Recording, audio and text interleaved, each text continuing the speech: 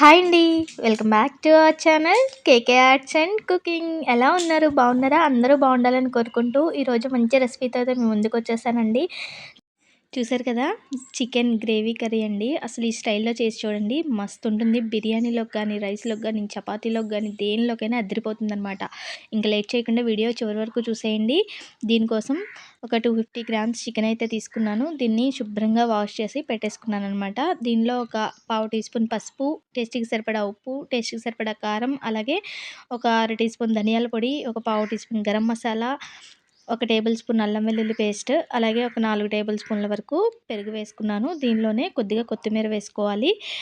వీటితో పాటు ఒక అరచెక్క నిమ్మ చెక్క తీసుకోండి. ఒక టేబుల్ స్పూన్ వరకు నిమ్మరసం వచ్చేలాగా పిండేసుకోండి.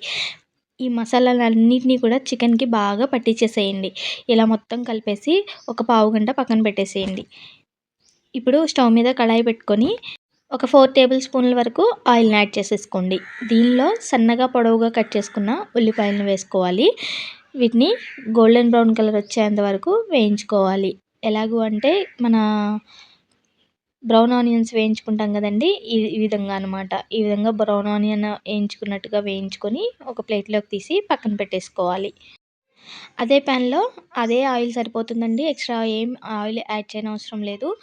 చూసారు కదా, ఇప్పుడు ముందుగా మనం మ్యారినేట్ చేసి పక్కన పెట్టుకున్నాం కదా, ఈ చికెన్ అయితే వేసేయండి. ఈ చికెన్ వేసి ఒక్క 5 నిమిషాల పాటు ఉడికించండి.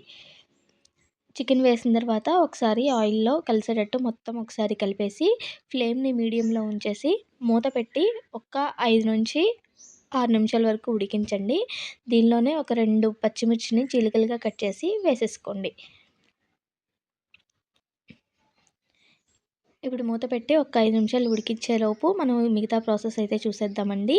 ఒక మిక్సీ జార్ తీసుకొని మనం ముందుగా వేయించి పక్కన పెట్టుకున్నాం కదా ఉల్లిపాయలు, ఆ బ్రౌన్ ఆనియన్స్ని వేసేసుకోవాలి. దీనిలోనే ఒక 5, 6 జీడిపప్పులు వేసుకుంటున్నాను.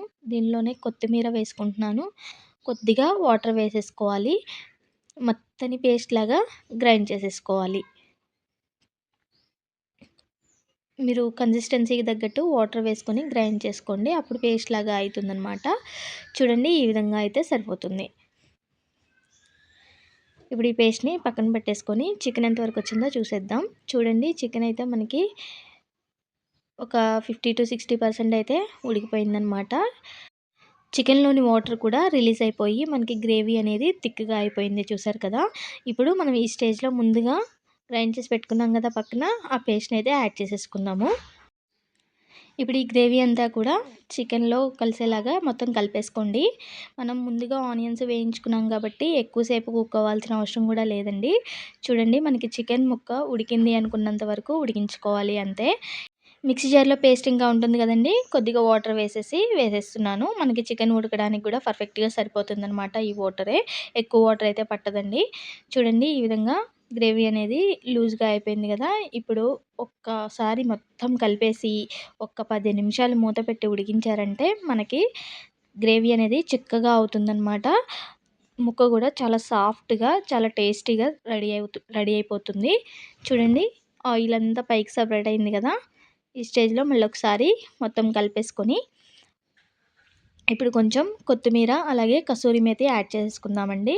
కసూరి మేతిని కొద్దిగా క్రష్ చేసి వేస్తున్నాను. అలాగే సన్నగా కట్ చేసుకున్న కొత్తిమీరను కూడా వేసేస్తున్నాను. ఇప్పుడు మొత్తం ఒకసారి కలిపేసుకొని ఒక 2 నిమిషాలు మూత పెట్టేస్తున్నాను. అంతేనండి, చికెన్ గ్రేవీ కర్రీ అయితే రెడీ అయిపోతుంది.